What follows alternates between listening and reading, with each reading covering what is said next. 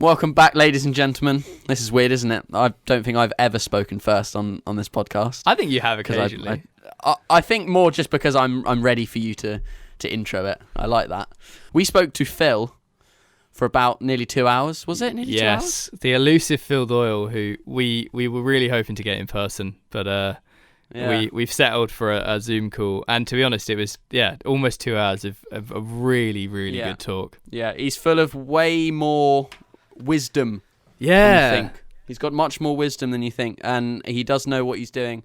For me, I found it quite interesting, more just because he talks about a lot of stuff that you go through at my age, kind of mid, like 19, maybe 20. Yeah, lots of insightful just mindset towards training.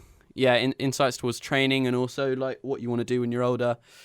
Funny stories, a lot of things that I didn't know because I'm not from when parkour started. But yeah, you're a young one. But yes, anyway, I'm a young one. Enjoy it. I honestly think this is one of my favourite episodes that we've done in a long while. So settle in. It is a long one, but it's a decent one. So enjoy.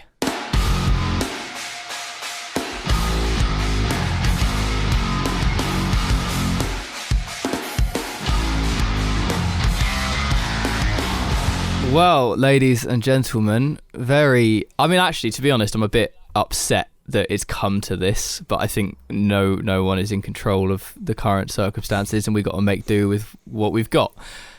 This was the podcast that I was dying to have happen in person, but it's happening via Zoom. So welcome, Philip Doyle.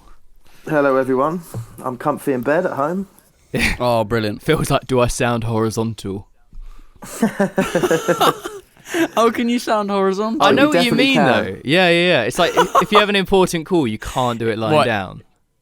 Well, I think it's you got more pressure on your chest. I think it's more that especially if you've just woken up, say, you're quite relaxed, or say you've had a nap. That's what it would mean. Like you sound a bit tired, you're still asleep, or you sound horizontal. Exactly. It would imply that you woke someone up by calling them. Yeah. Which so I did you've just woken up. No, I've been up about 12 hours already. Wow. I got up around, I didn't really do a lot, but I've been up since 6. Very good. Madman. Impressive. This morning. Well, I am quite upset that we're not in person, actually. I know, this was one where we could sorry. We could be drinking wine and everything. Yeah. Ooh, and this wine weather well. right now, we could have done it outside, gone into the forest with a beer and some wine. Oh, it was a great time. Part 2. So we'll do a part 2. Yeah. We'll do it again. We'll do it again. Post-COVID. Post-apocalypse. Yeah. Oh. Yeah, exactly. Come on. It's not that bad. No. Actually, no. There are listeners to this. It is quite bad. I'm just saying, for me, it's not that bad on a personal, selfish level. Yeah, I mean, actually, before we get into everything, how's it been for you since kind of the world changed? If I'm entirely honest with you, it's good for productivity. It's good for my wallet. Yeah. It's a little bit lonely. Yeah, so you're in... Oh, really? You're in Bristol, right? Because the thing Are is, you living by yourself? I still speak to my close friends quite regularly on the phone or on Facebook chat or whatever, message people. So it's actually more the meeting new people. That there's no dating. So it's a bit different. No loud music. But other than that, I'm still being slightly naughty and going training once every few days. I feel like training, especially if you're really keeping away, because I mean most of the places we train anyway are pretty far away from the masses. So precisely. And at the end of the day, if we are to be slightly scientific about it, unless you're going and training with quite a lot of friends or whatever, I am in the wrong because I meet 2 friends, but only the same 2 friends this entire quarantine, which I think has a bit of sensibility to it. Not much, to be honest with you. As long as you're not shaking hands and hugging after every line. And we don't even film each other's jumps on other phones, so we only touch our own phone. If that makes sense. Really? So we don't touch each other. Yeah. Oh, right. Okay. And then we transfer the files if you want your footage from someone else, for example. Yeah. Smart. So I think we're being relatively intelligent about it, is what I'm saying. I'm not saying we're following the rules properly or being good people. But I think that's it, isn't it? It's like if the masses can just be a little bit more sensible than normal, then it's going to be effective. So. Yeah. Yeah, I mean, I'm fairly confident. I'm not going to say I'm right, but I'm fairly confident that going to the supermarket is a lot more risky for others and for myself than going training with Harry and Eli. Yeah, definitely. Yeah. That's all I'm saying. As of going sunbathing in Hyde Park. Yeah, exactly. As of tomorrow, I've now left the house twice, apart from dog walks where I don't see anyone, but I've left the house twice in the last month, and that's both times to go to the shop. That's mental. But both times I've gone to the shop, I've just been like, oh. That's crazy. Do you wash your shopping when you get home? Oh mate, we're doing everything. We do as well. To be fair, we've been washing our shopping. You may as well. I'm not saying it's a necessary thing. Yeah. Well, the thing is, I know what it's like because I touch the stock. If anyone who I work with gets it, they've like put their hands all over the stock. Yeah. Do you know what I mean? Like it can happen. Yeah. So. Also, if you be a bit mathematical about it, say for example, you live in Fallowfield, you're a student and you live in a 9-bedroom house, right? Fallowfield's in Manchester. Yeah. And there's a lot of old Victorian houses like that. Yeah. If you live in a 9-bedroom house, you have less right to go out and meet someone, even if you do stand 2 meters apart, blah blah blah. You have a beer in the park, because you're going home. You're living with 8 people. Very true. If you live alone, if you live with two people, then in theory you can go meet another 2 people who live with another 2 people each. If that makes any sense, that's the same as living in the 9-bedroom house. Yeah, in my mind. Yeah. I don't know. I don't mind. I'm getting kind of used to it. Play board games with the housemates and cook dinners, share dinners. Not too often, but because one thing I've learned recently, or I guess I should have always known this, but maybe I was better at it when I was younger. But cooking for one is actually really hard to do. How do you get that portion right? Oh fuck! Even cooking for 2, I find hard. It's impossible. Yeah. And Sarah's a feeder as well. Like she cooks she'll do like a couscous dish or something, and fuck me, you get 4 portions. Like, oh, it's brilliant. That's my favourite. I guess a lot of smart people do the whole cook for the week. They make a batch and freeze it. But I'm just not that kind of guy. Yeah. Because I don't know. I don't know what I want to eat on Thursday. But yeah, should we move on? Let's move on COVID? from talk about parkour. We don't need to Let's talk jumps. When Phil asked me kind of what we were going to talk about, I said like, well, we'll run through kind of start to finish how you got into parkour, and he promptly then said how I got into parkour. That's a lame question, but the reason I did want to talk about it is because you have a slightly weird story about how you got into parkour, right? Because you were on holiday in France.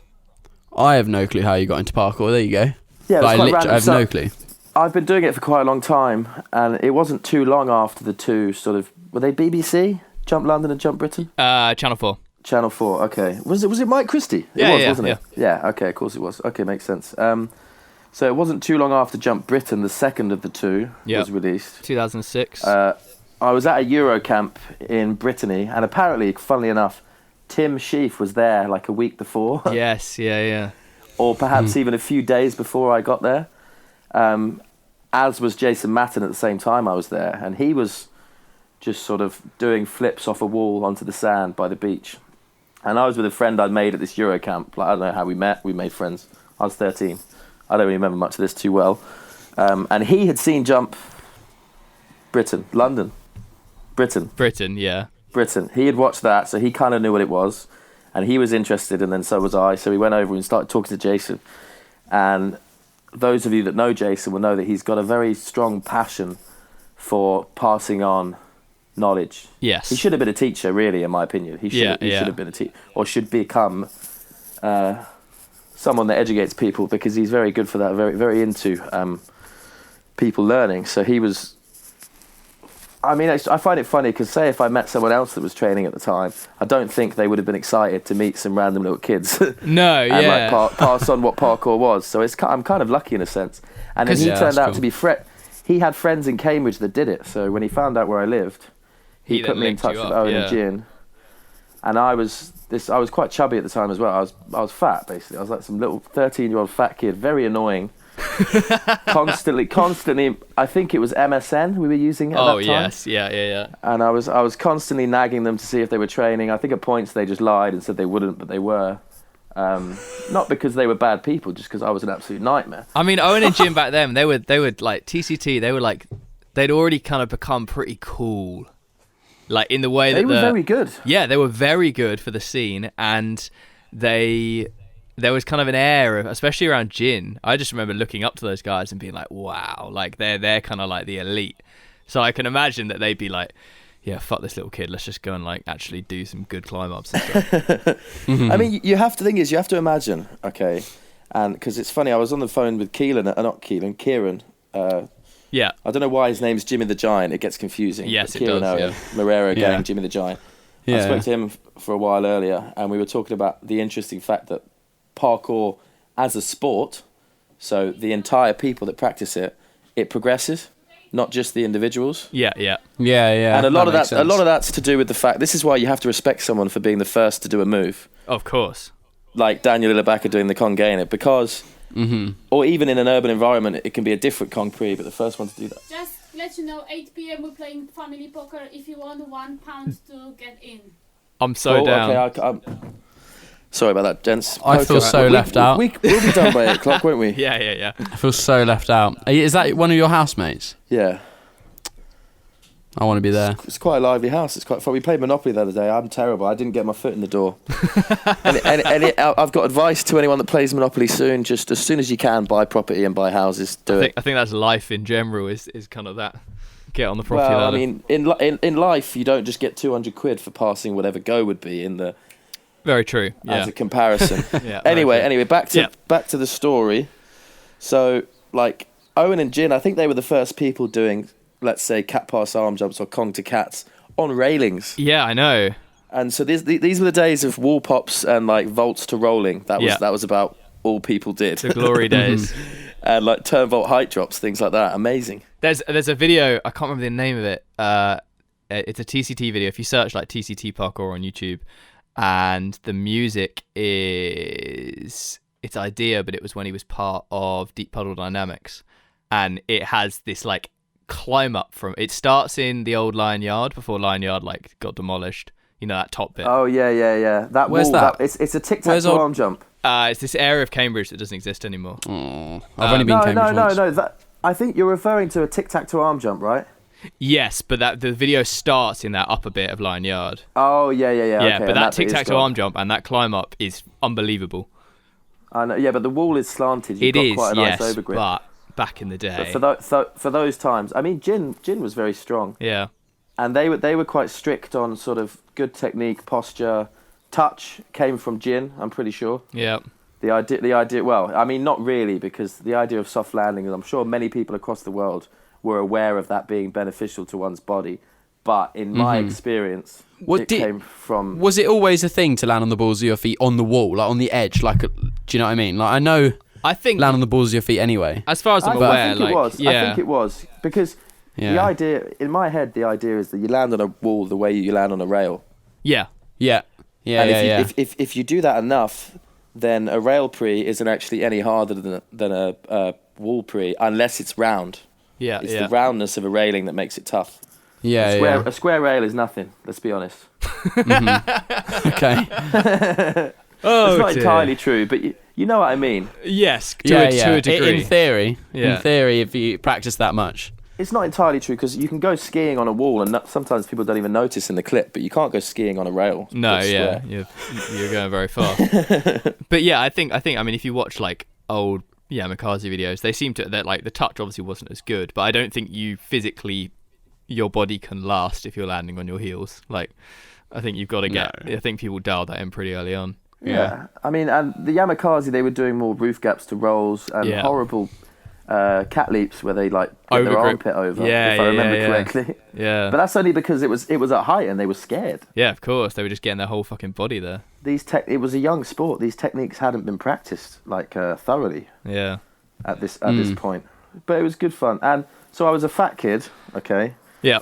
And I remember I spent maybe the best part of 3 or 4 months trying to learn to Kong.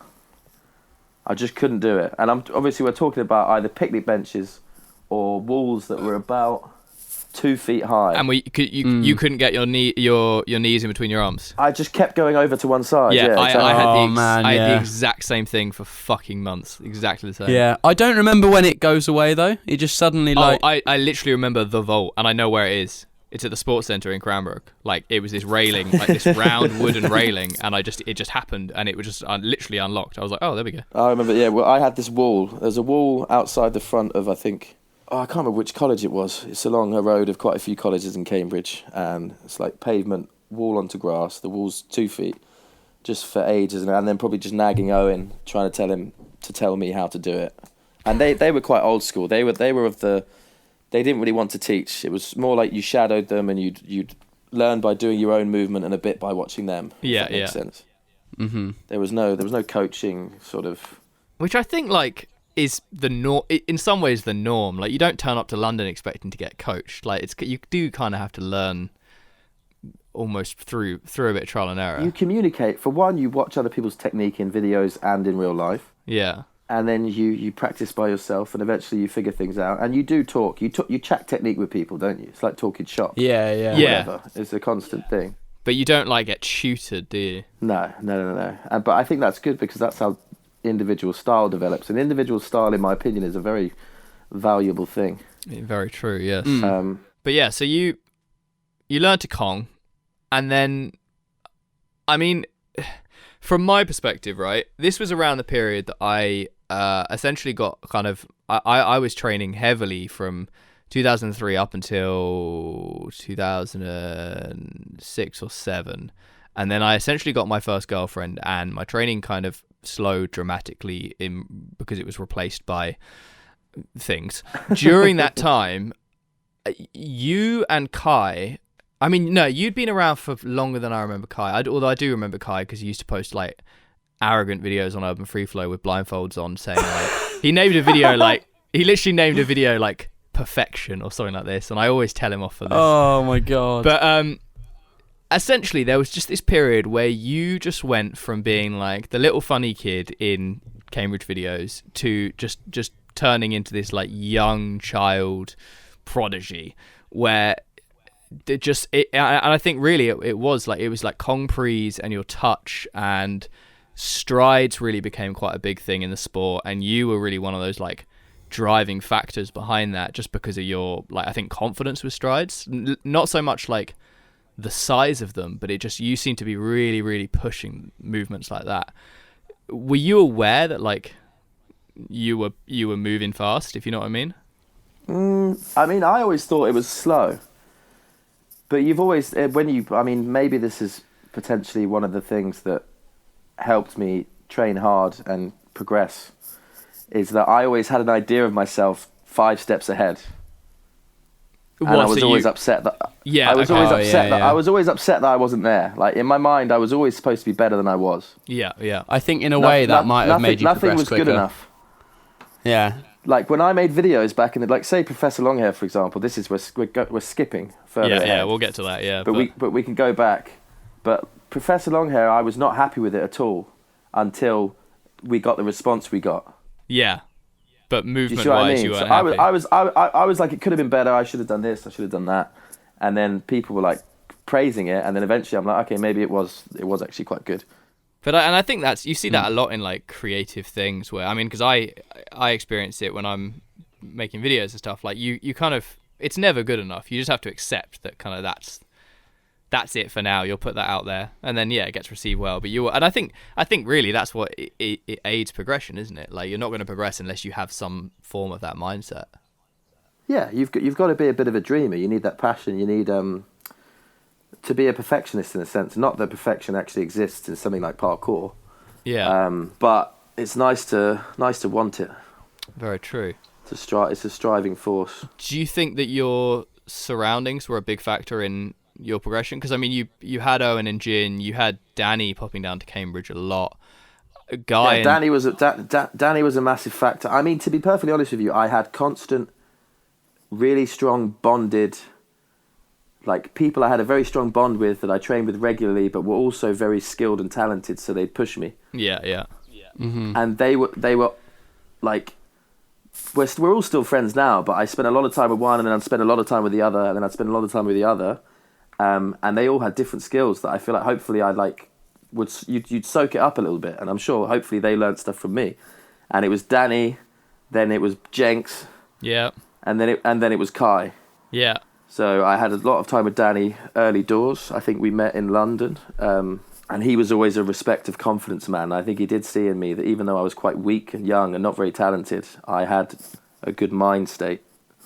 or a strong mindset. I could get myself to do things that were a little bit sketchy or scary. Yeah. And he respected that, and then we ended up training quite a lot together. I used to go up to Liverpool.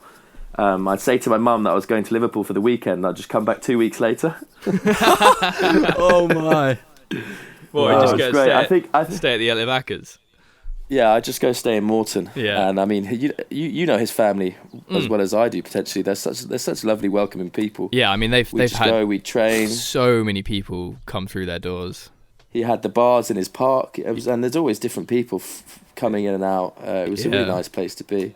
I think once it was quite funny. I remember Josh having a massive go at me, Josh from Storror, because him and a couple of others went to Cambridge for my birthday, which was planned, but I just stayed in Liverpool. Amazing. Which, now that I think of it, that was quite a terrible thing to do, but it was funny at the time. Not turning up to your own birthday party. Exactly. And I mean, you also had Guy and Joe were around a lot as well. Yeah, who were kind of classed as the next gen. They were diamonds. Yeah, now we're talking. That's like the beginning. So I met them again, I think, through Jason. Yeah, because he was doing the original PKVM, and he kind of was featuring them in things, and they were their little group was Next Gen, wasn't it? Yeah, Next Gen. And they had that. Do they still train? Well, so, Joe maybe the tiniest bit. Joe's Guy's kind of travelling the world, being one half of Disclosure. Yeah, well, the better half. Oh, right. That's mad. Do you still chat to Guy? I've spoken to him once or twice in the past few years. In fact, I think we exchanged some long messages. I actually still haven't replied to his last one. But I mean, when you're not actually planning on meeting up within the next hour, I don't think it's wrong to take a long time to reply.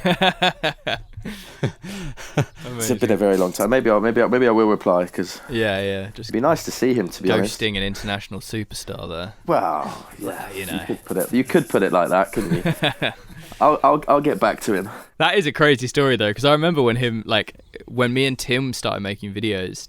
Tim was like, oh yeah, Guy and his brother have started making some music, and I don't even think they were called Disclosure then, it was something else, and we had a few beats, and it was very, very different to what they then kind of blew up off of, and and yeah, then suddenly they were Disclosure. I don't remember.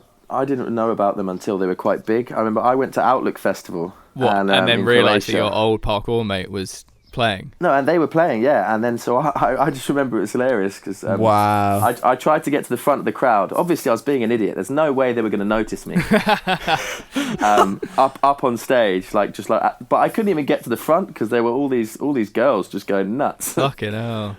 There was no getting past mental. them. That's so mental. But yeah, so to round that up, I feel like, I mean, you touched on mindset, and I think that is something that you have within you that is entirely yours. Like you've always had this mindset that you're very, very good at sort of the sketchy stuff that a lot of people throw up a little bit in their mouth thinking about, and you're just like, yeah, cool, I'll pre to this really high wall or whatever. But that seemed to have been coupled sort of almost in the perfect timing with incredible people to be around at the right stage of your training, and also the environment, because I mean Cambridge has, I mean it kind of had its glory day, because I guess security's got way worse, but I mean the architecture for training has definitely shaped you, didn't it? Yeah, I mean, people will often say, I don't particularly like claims like this, but I think there is some truth to it, that the Cambridge spots, everything's a little bit tricky, a little bit odd. Yeah. There's no IMAX perfect run up, you can do this, you can do that, the walls are sort of parallel. It's all sort of rails at angles a little bit. Yeah. Or the run up small, or you've got to do that. Do you see what I mean? There's always, most of the challenges in Cambridge are just a little bit awkward. Even that roof gap is at an angle. It's not straight. Yeah. So that all these little things have kind of just pushed you to progress through those intricacies. Yeah, exactly. You kind of have to adapt. And yeah, the good people to train with all the time. Cambridge, I don't know how Cambridge got so known, but there were always people visiting to train as well. Like Pedro Salgado came. Yeah. 2009 maybe. Jesus. Was there a massive community or something? Like not really. It never seemed massive, but I think honestly it was down to people like yourself and obviously the videos Scott was putting out, and because I mean there was a decent amount of people, And there was just like a vibe, and it Cambridge looked like the type of place that you knew if you went for a weekend, you were gonna get good training and you'd be around good people such as yourself. So I think it was really a draw. Yeah. It also might be the fact that it's such a small city, but with a really well built up centre. Yeah, very true. So, I think the university, like the small university cities, always seem to be a good training place. Apart from Oxford, actually, which just seems to be pretty shit. Well, because Oxford's a real city. Cambridge is just university and a big hospital, mostly. True.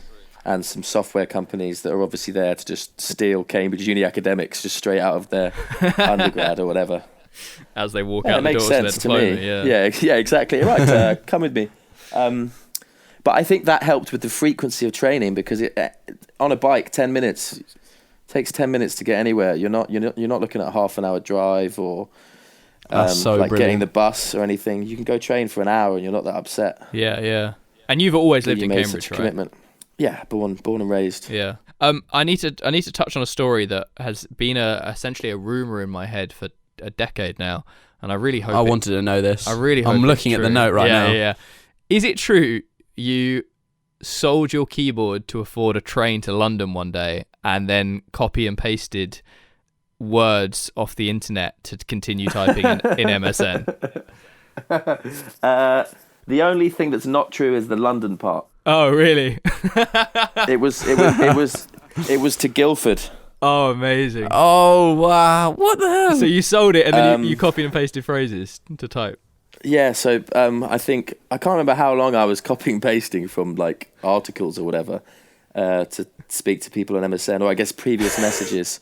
But someone told me about the online keyboard. Oh, brilliant. And then you could type. Which you can say, then you can click the letters basically. A bit like a phone, but using a mouse. That's fucking insane levels of dedication there, just to train.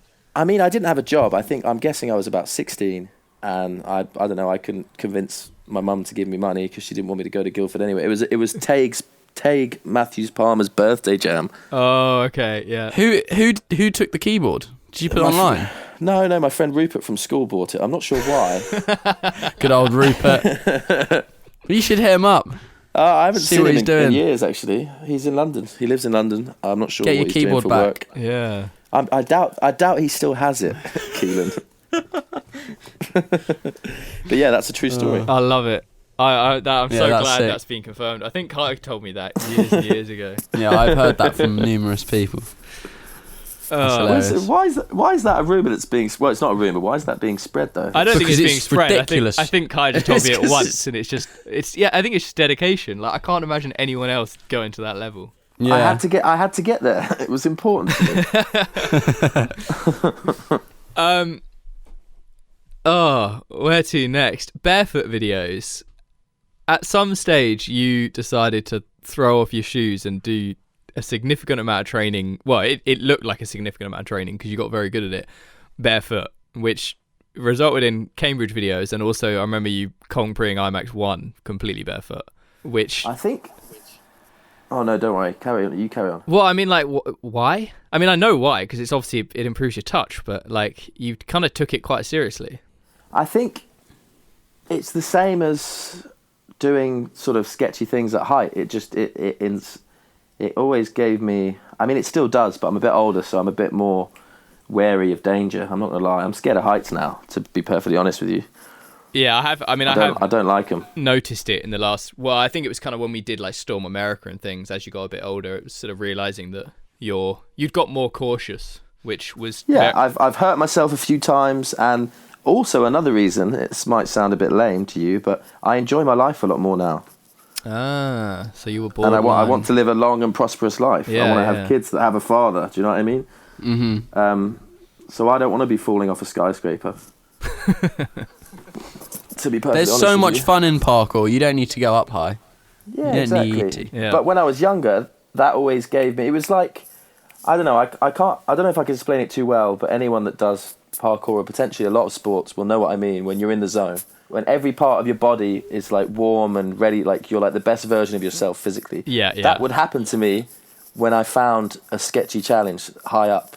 Yeah, and I've seen it happen with you a lot, and because it was like it's like I'd see the challenge, I'd get excited that it's possible, and then I'd want to prove that it was possible. So my body knew that. So my body would just like become the best version of itself, because if it wasn't, things were going to be very bad. Yeah. Yeah. Like, I don't think I've ever been around someone as much as yourself who's done, maybe Callum, but I think Callum has always done it like, whenever I've seen him doing high sketchy stuff, it's somewhat more within his limits. Like, he'll do a running pre to something with a big drop on the other side, but he's not pushing himself to his max there.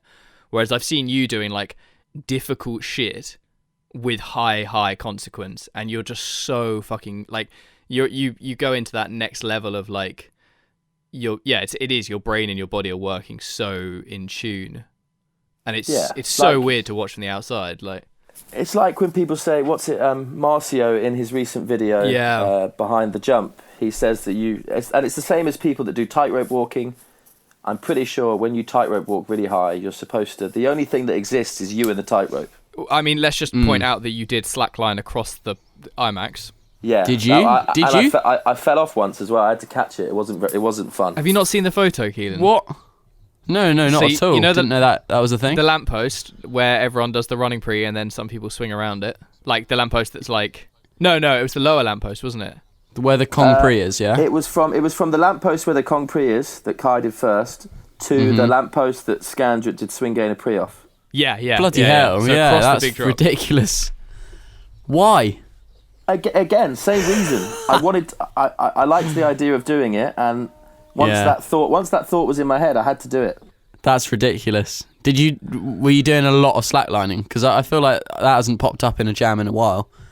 Was that still like a thing? Yeah, there used to be a lot of slacklines. Yeah. I remember slacklining a fair bit and always trying to juggle while slacklining. That's what I remember. It was like Vauxhall. They'd always put it between the two trees. Yeah. It was good. It was like a little side thing. Yeah. Yeah, I kind of missed that popping up. And I mean, that's cool. Another classic thing at height was and this was early days, the Kong pre at Boxcat that I think only you and Kai have ever done, but you did it years prior to Kai. Is that the one? Remind me of that. Is that near Tramp's Kitchen? Yeah, it's at the other side of the room. Yeah. That's gross. And it was after a long weekend of training, I think, because.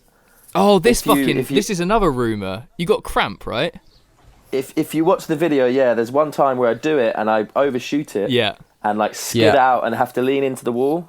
Yeah, I know that one. That's the clip I've seen. I don't know if I've seen another clip. I think it was I'm not sure. I think it was a hamstring cramp in midair after the cat pass. I swear to God. Bloody hell. It was horrendous. The drop on the other side is stupid. Yeah. It's not that bad, but it's to fat cobblestones, so it's ankles McGee. And there's like electric boxes down there. Fuck's sake. Yeah. I think if I had to choose, I'd undershoot. Oh, 100%. of course. Yeah. Yeah. Even so, still not great. Definitely undershoot. I remember I'm quite surprised no one's done that again. No one's done that at all. To go back to the original question of yours. Oh, what, barefoot? The barefoot stuff was the same. I don't know why. If I took my shoes off, and then it's like the risk and the sort of possibility of pain from not being too good became higher, so my body had to switch on properly. Because it was a really exciting time. I did a whole month. Did you? Yeah. Do you feel like you had a massive sense of improvement though there? Because you said you were saying like you felt like you were a few steps behind, as in like you were never really impressed with yourself. But maybe the barefoot thing was something like that. The barefoot thing was very good. I mean, I still think one of the hardest things I did, just because it's actually disgusting, is in that barefoot video. There's like a Kong crane to a bollard. Yeah. I'm not gonna lie, like I'm not doing that now. That's horrendous. What, even in shoes? No, barefoot. Oh, okay, yeah. In shoes, you can try it and it's fine. But I mean, you were doing hitting the edge of that bollard. Yeah, it was rail strides on one side. No, rail strides aren't that bad. I'm not gonna lie. Well, it's just pure. It's just you just need confidence. Yeah. If your foot placement is, it's everything barefoot. If your foot placement is slightly off, you will really feel the mistake. So just be perfect. And walls are worse than rails. Rails are metal and sort of smooth. Walls can be rugged. True. So on the skin, it's not as nice. Yeah. Where was the barefoot uploaded to? Was that Ambisound? Was that? somewhere No, else? it was on my YouTube account. Was it Barefoot? Very Demish old, Keelan. It's like Blats or before you were something? born, possibly. Yeah, I'm just trying. I'm going to find it now to see exactly what year. Oh, is it Barefoot Dem Foolish? That's the one. Yeah, I think. Blaps. Is it 2007? It says 12 years ago. That's 2007. Yeah, Phil, I was 7. I was 7 years old. And so technically that's within a year of you training. You were doing barefoot stuff. I didn't know parkour existed. Say that again, Giles. But surely if you started in 2006, that's within a year of you training, you were doing barefoot stuff. No, I started in 2005. Really? I swear Jump Britain came out 2006. I started August 2005. Yeah, okay, no, you're right. 2005, yeah. Still. I mean, going back to what we said about how sort of you were like, oh, it didn't seem fast. Within a year and a half to 2 years, you were doing horrific barefoot challenges. Well, I wouldn't say horrific. They were all small. They were all delicate, shall we say. I'll let other people go and watch the video and make a decision. Yeah, I'm going to apologise now. I haven't seen this video before. I'm watching it right now. It's actually pretty There's sick. no apology necessary. No, because I know people have spoken about it.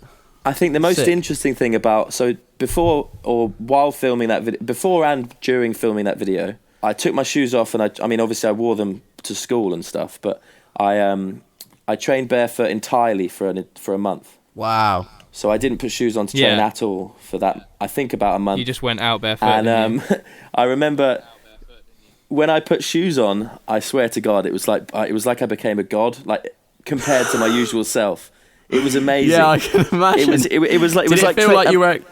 Yeah, go on. It's like imagine training outside in like some kind of like, make it even worse, like somewhere where everything's like solid industrial concrete or marble and all the walls are sharp. Imagine training like that for 2 years and then going to like a parkour gym in the States. It was amazing. My confidence was so high. I did so many new things within like a couple of days. Well, there you go, listeners. If you just a month without shoes. Yeah, I mean, it's good because you have to concentrate so much on your technique when you're barefoot. Yeah. That you can't be running as fast as you can, really. You can't, if that makes sense. Everything you're so careful the entire time. So to then have the enjoyment of not being careful, it was kind of like... It's like wearing crash mats on your feet. Yeah. Yeah. And then all of a sudden you're like, wow, I can focus my brain on all the other things like speed and agility as opposed to the technique because I've honed that in quite well. Yeah. That's sick. And it was definitely good for touch. But the sad truth is, and I don't want to admit this to whoever's listening, because I reckon a lot of potential sort of people interested in my like practice of parkour probably assume that I kept it up. Well, you just stopped. Well, with the barefoot stuff. I haven't trained barefoot since, I swear to God. Well, that's fine. Except I did the rail strides at Lion Yard. I don't know if you saw that. Yeah, I think I did. But I mean, that just proves that if you just do your month, it's like some weird thing that monks do. Like they go and do a month of silence or whatever, and then they come back wise. It's like if you just do a month without shoes, then you become enlightened and better. I'm not sure that's true, but it is. Okay, we'll roll with it. Yeah. So, moving on. What came first? Your relationship with Kai or MTV's Ultimate Parkour Challenge? I think MTV's Ultimate Parkour Challenge. That did come about pretty early, didn't it? Because the thing is, I was supposed to be on that show. Yeah, because I mean, you went out for a significant amount of time, didn't you? No. So did you not? It was a very sad moment. I got the train. This is the day that Take My Strong Hand was filmed. Yeah, okay. Most of it, anyway. Mm-hmm. Yeah, some of it was then. Some of it was a jam that Oleg came to. Yeah, and did horrifically I'm not sure. things. I'm not sure which one was first. Yeah, he did. He fell off a tree a couple of times. I've seen. Is that the foot? The Oleg, the thing that you showed me, Giles? Yeah. But anyway, so I was on the train to London, and we were all getting together to train, and then I think we were staying in a hotel, and we were flying to America the next day, to LA, for MTV's Ultimate Parkour Challenge. But this had not been communicated. It's poor communication. Not everything. Basically, the insurance people weren't aware until after the flights were booked and everything that I was 17. And you were meant to be 18. And Pip and Jenks were 18. Everyone else was a bit older than us.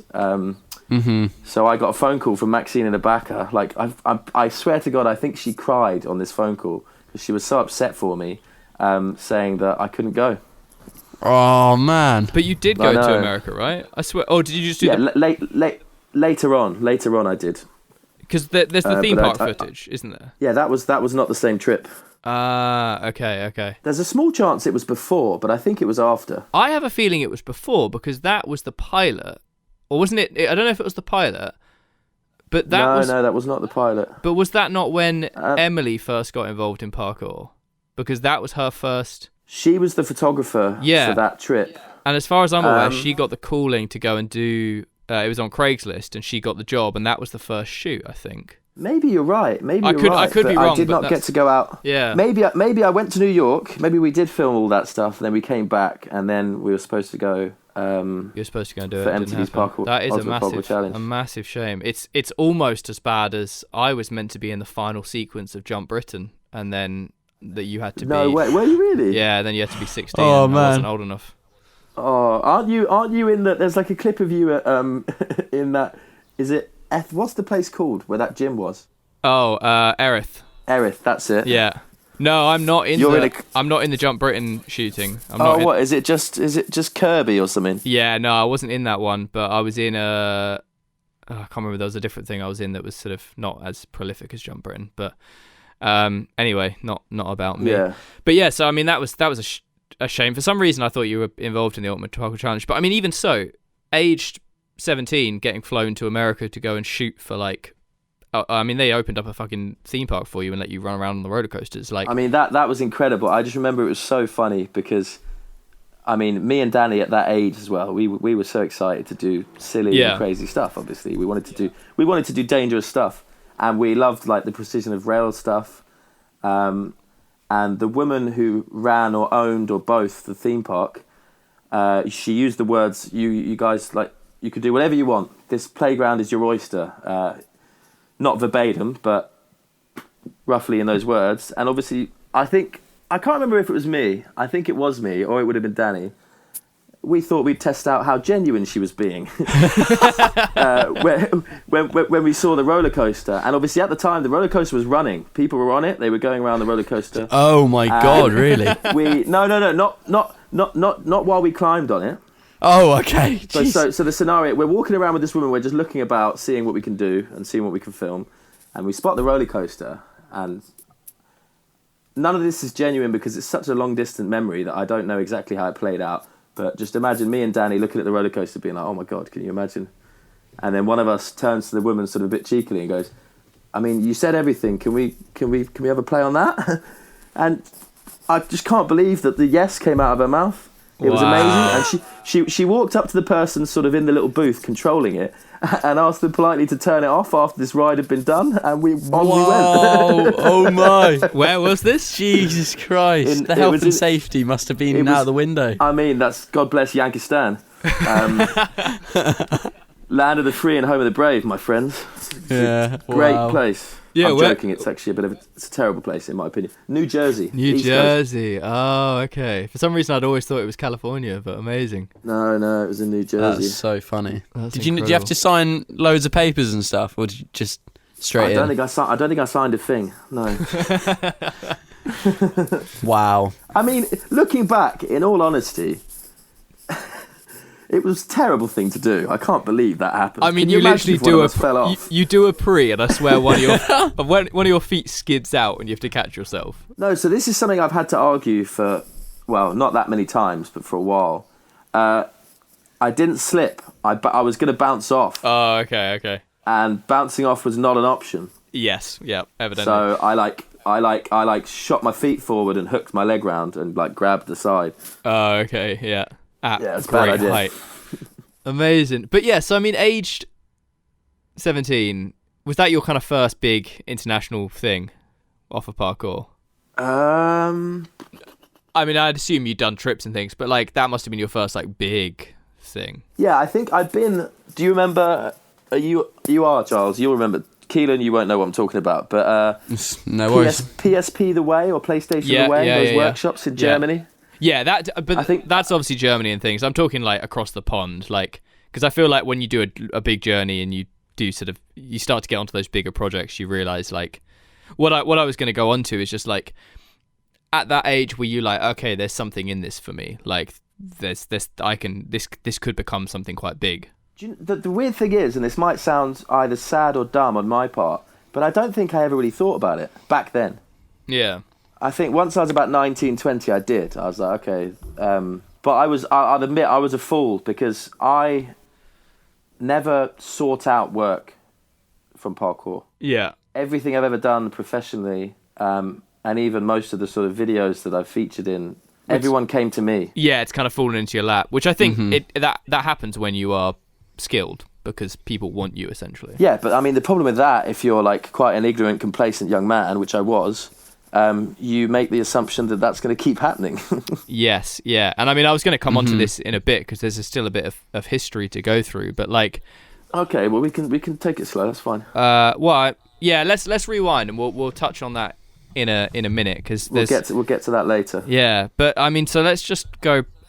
Let's journey back to Cambridge and your relationship with a certain Kai Willis, who he moved to Cambridge. He wasn't originally from Cambridge, was he? But no. You two obviously became solid training partners, and sort of videos started popping off from you two.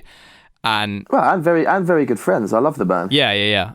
Which then obviously came on to Longhair Big Chief, which I mean essentially became one of the early kind of real virals. And I mean, it went fucking stratoscopic, whatever that word is. I mean, it was huge, wasn't it? Like it really blew up for the time. I think yes. Yeah. I think it did very well. It was a combination of things. The gimmick at the end obviously made people share it. I'm sure.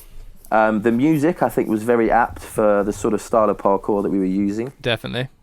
My choice, by the way, just so we're clear. Yeah, so run us through how this video came about, because I've heard different things over the past, and sort of who was the main person involved, etc., etc. So like, what's the timeline of that? So me and Kai were training a lot, most days, having a great time. We'd either he'd go because we live quite near each other as well. So either he'd come to mine, play a bit of piano, keep my mum happy, and then we'd go into town.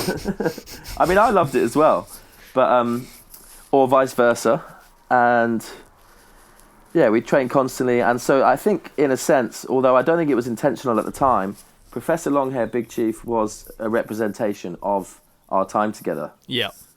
Because I hope Kai would say this too, we both progressed a lot faster training together than training as individuals, if that makes sense. That seems very evident from the outside. We both had different skills and different what is the word? What's like things that we were not so good at, not so confident at? Weaknesses, thank you very much. That's embarrassing. Moving on.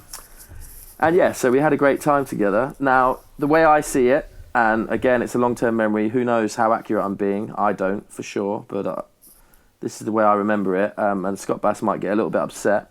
But me and Kai were basically a little bit fed up with the sort of slight artsy filming and editing of parkour, right? Yep. So we wanted to take it back to the roots of filming something in a way that just really clearly shows the viewer what the skill is being done and how difficult it is. Like you can see the size, the dimensions, interesting. Everything. Yeah. Nice and raw and clean, okay? And so that's how me and Kai directed the video. We told Scott how to film it.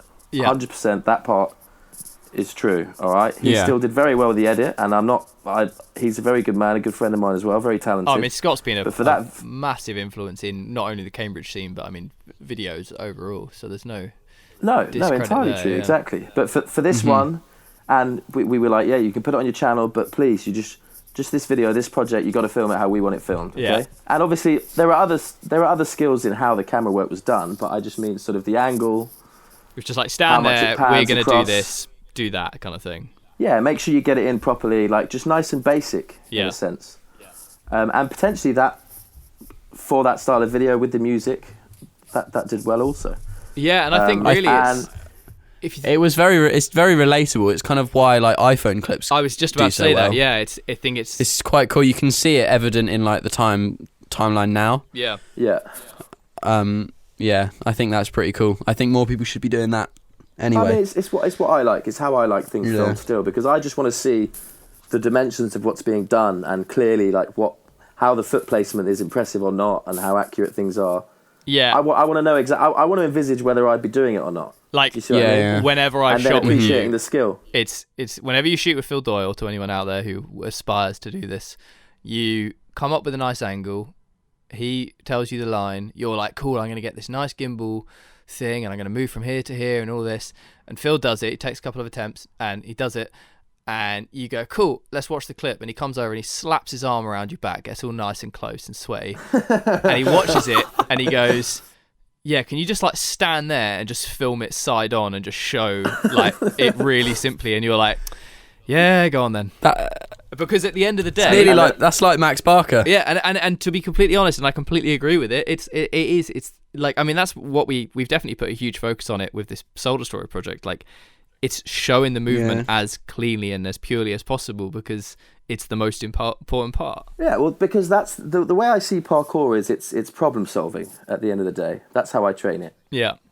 Mm-hmm. Can I get from there to there and then with just one step or whatever get to that and then pop up that wall, and then you try it. And then the reason we film videos, or at least the reason I do, not that I do actually, I haven't for a long time, but I am filming one this year. Ooh.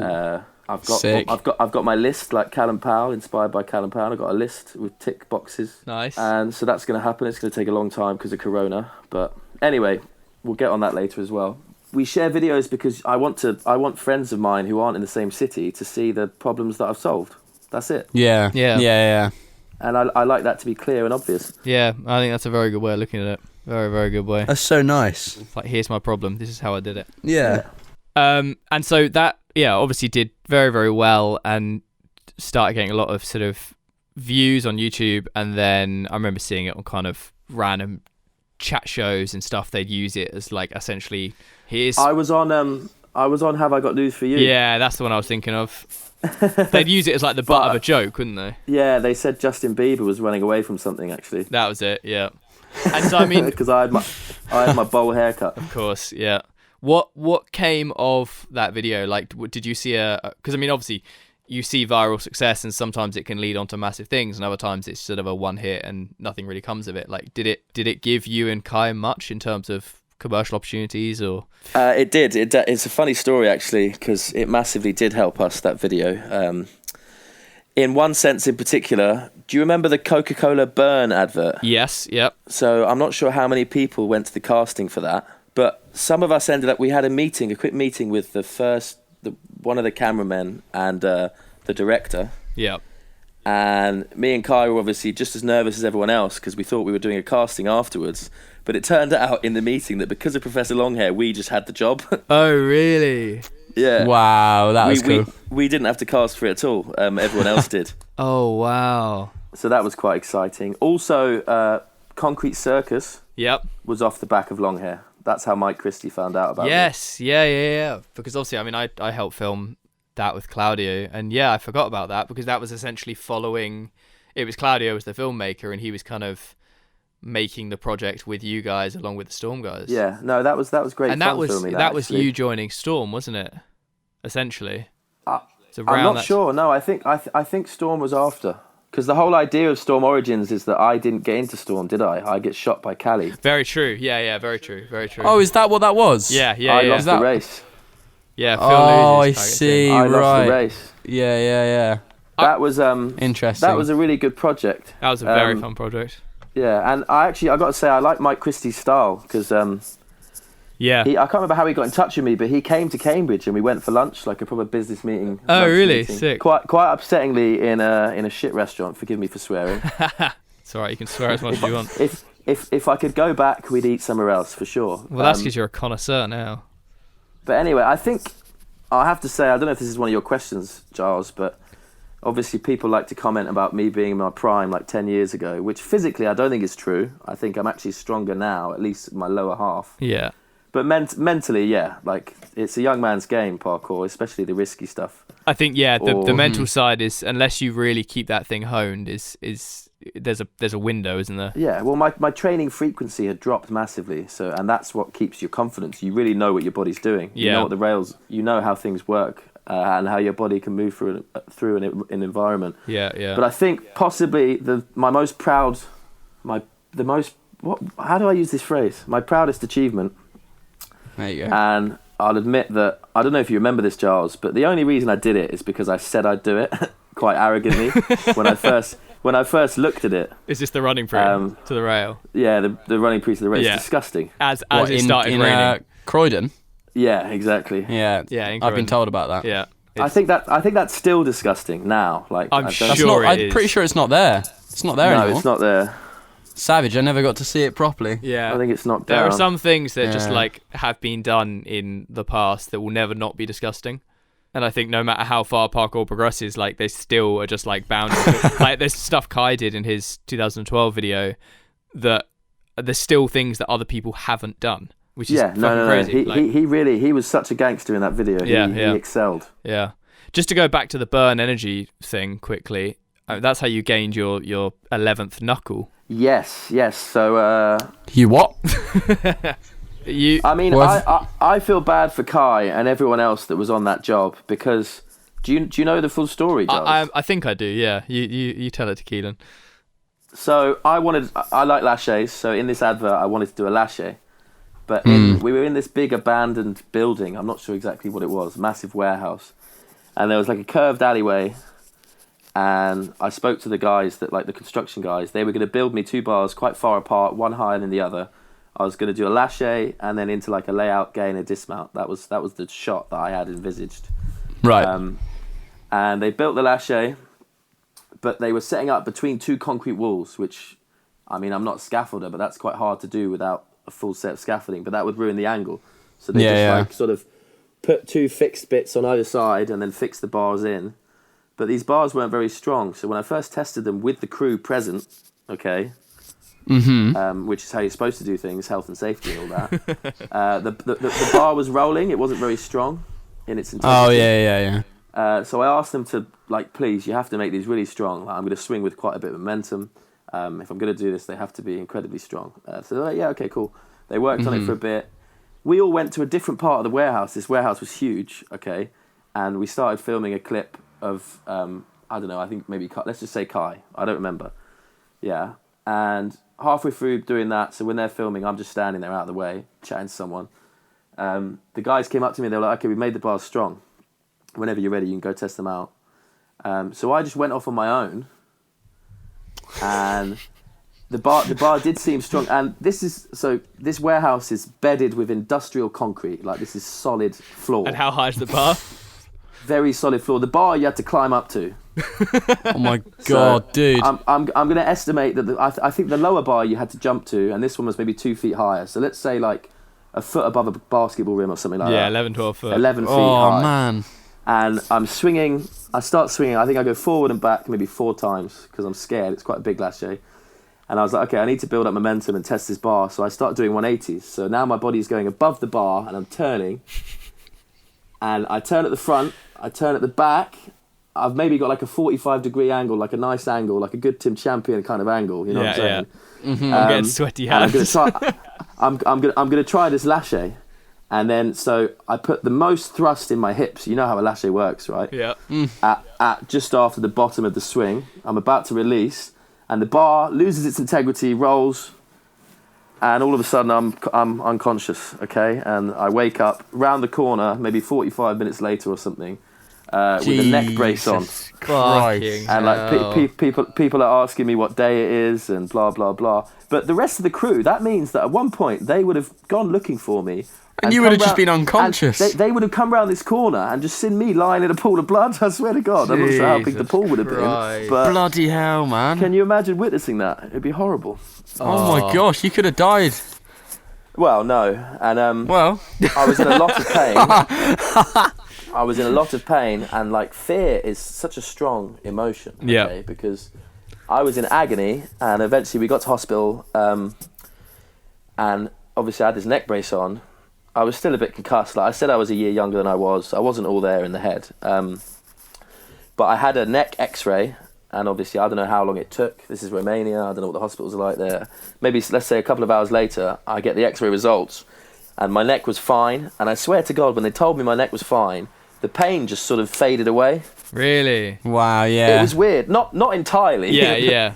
But you kind of almost been like tensing up to like protect yourself, I guess. Yeah, I was so scared. Yeah. But yeah, I broke my knuckle and pushed it back out of place, and it healed that way. No, you just got a fat knuckle. I've got a What, do you reckon you punched the floor? Backhand. Well, do you reckon you punched the floor on landing? Punched isn't an accurate term, but yeah, I would have whacked the floor with my hand the same way I did when Giles caught me trying to thief Cat IMAX and falling down. Yeah, that's a good one. Oh yeah, that was another whack the floor with your hand. I think that was the other hand. Get some bandages. That's where you've been unlucky with. You've been unlucky with rolling bars. I'm pretty sure there was an event where I went to, and I got told that you were on the same bar setup as everyone else, and it rolled after everyone going on it. Yeah. And you whacked your head again. And I'd seen a clip. People had been using that bar. I was doing the same lache. We were all doing it. It could have happened to anyone. Stupid. Yeah. I can't believe that. Because you got that power lasher. There's a great photo of me just sulking at a paramedic who's like sort of fixing me up. It's so funny. Amazing. Yeah, so that's twice. So I'm quite scared of bars. I'm not gonna lie. Yeah. I've been swinging twice in my life. I've been swinging on a bar and then I've been concussed and had to go to hospital. I mean, bars are one of those. Like any kind of peel is just one of those. Like it's so. I mean, you can save them. Like I know. The guys in Colorado like teach how to essentially save a peel, but unless you really? Yeah, because they're into the what do they call it? Ukemi, the whole kind of the bailing. Ukemi. Yeah. They essentially like they teach with mats and things how to like almost force a peel and then roll to one side. So if you can predict it's going to happen, you essentially roll over so that you can kind of catch it. You land on your front almost, but you can spot the ground. Okay. Right. So you basically swing gainer? No. You roll sideways. So imagine releasing with one arm and dropping it. So like imagine your back is horizontal to the floor. As you start to peel, you rotate either to the left or the right, like a barrel roll. But then you can spot the ground and stick your arms out, and you're not going to smash the back of your head. Basically, like it brings your face towards the floor. It's all about. It's about protecting that back of the head, though, isn't it? There's some videos. The annoying thing is, I've never peeled.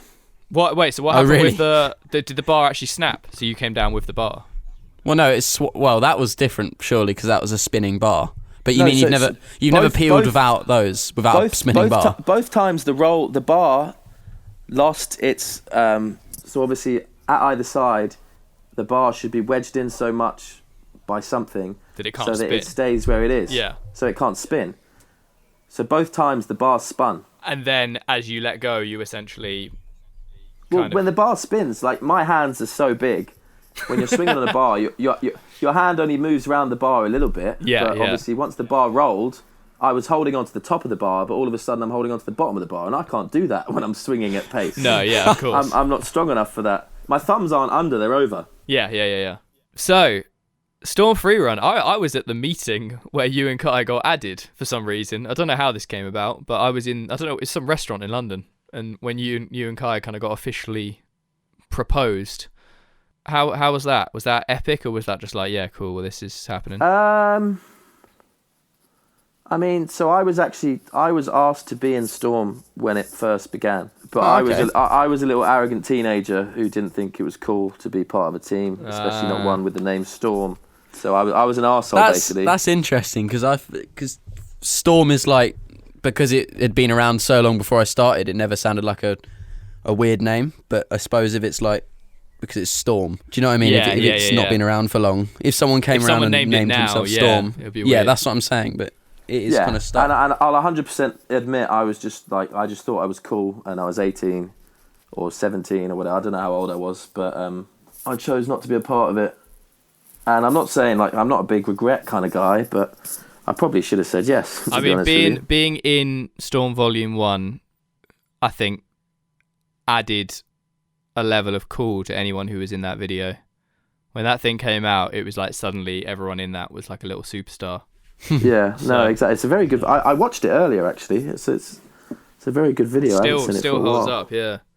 But yes, I mean that was kind of obviously that was OG Storm, and all the original members were still on it, and then sort of the guys were pushing to. I'm not sure if Callie had left by then, but the guys were pushing to expand, and you and Kai were the kind of natural choices. And this was obviously back when Storm was still getting a lot of commercial work. So was that a nice sort of leg up in terms of getting jobs and career things?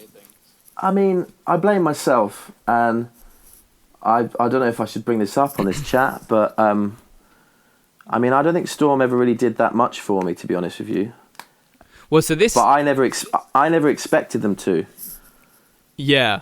And I think, like, forgive me for saying it, because I love all three of them, but I think, unfortunately, the parkour community potentially have a little bit of disrespect for Storm and Kai, because he's sort of at the head of it, because of Eric, Jaden and Charlie. And I am on Kai's side, because even if he used the word promise, which I'm sure he didn't, those three should have been intelligent enough to know that he couldn't keep those promises.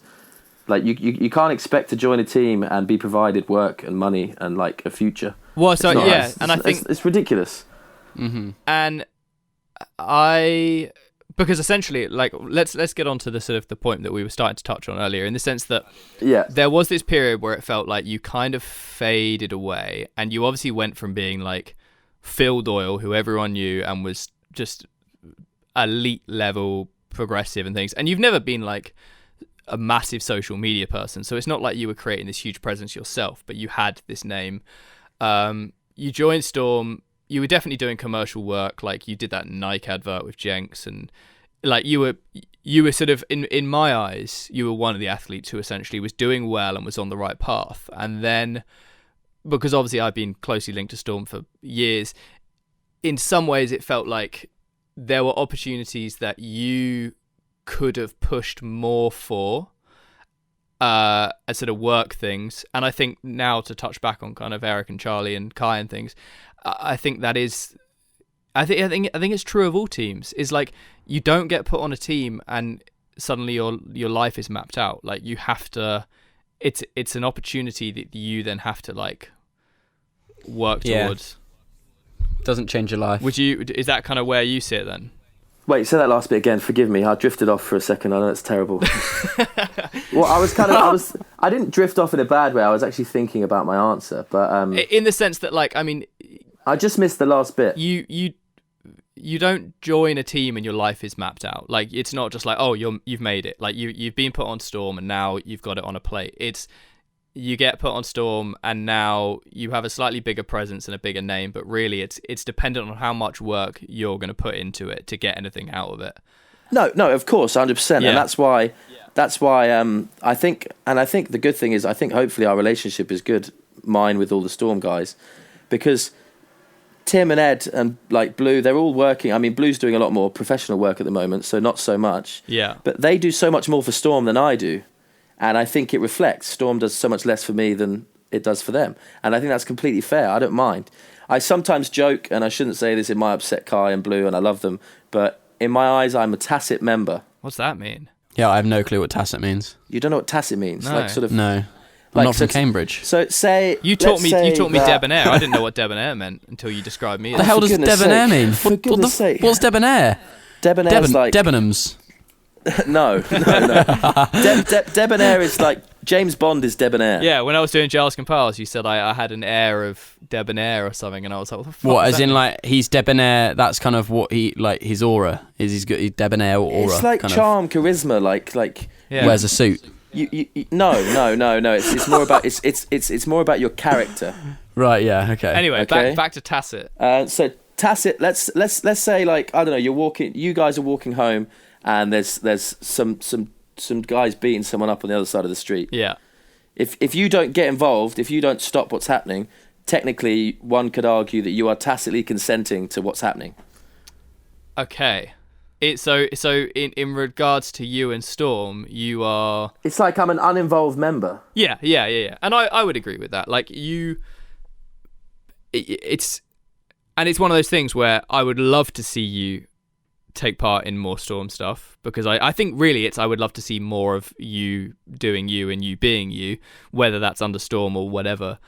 But also, I think it's that thing where you look from the outside and you're like, well, Storm has a platform, and it's definitely not as sort of strong as it used to be. But back when it was stronger, it was like you'd look in from the outside and you'd be like, well, why is Phil not putting in the effort? Like, because this could get him more, and I want more for Phil because I like what you do, etc. And I think there was definitely a lot of that from sort of people in the community towards you and I guess even Eric and Charlie and things. I mean, maybe not Eric. I think that was slightly different because he was obviously doing a lot of the stupid shoes and things. But whenever you can see someone not putting effort into a team that they are part of, the outsiders question it because they're like, well, because obviously from the outside, any team seems bigger and better than what it actually is. Yeah, 100%. Like, yeah, I mean, it's exactly the same with Motus. Like, people think it's all well and good and everyone's made it, but it's not. And I think people can look from the outside and be like, well, why are they not putting in as much effort? I mean, at some point in my sort of training or whatever, and I don't know if this is exactly why I didn't put too much effort into Storm, but I'll admit, I didn't like being known or recognised for my skill. Yeah. If that makes any sense. No, it does. And I've seen it in certain people, but I definitely saw it in you. I didn't enjoy it. I'd much rather someone met me and like sort of learnt my name by chatting to me and developed a more sort of social bond as opposed to like... You definitely... you feel that... It sounds lame. And I don't think I have that issue now. But when I was sort of 18, 19, I didn't like being respected for parkour. I mean, or looked up to. Yeah, I distinctly remember a conversation I had with you where you literally said, just because we do parkour or just because we do the same sport doesn't mean that I automatically have to be friends with you. Like, you weren't saying that to me, but you were saying that in context to kind of like...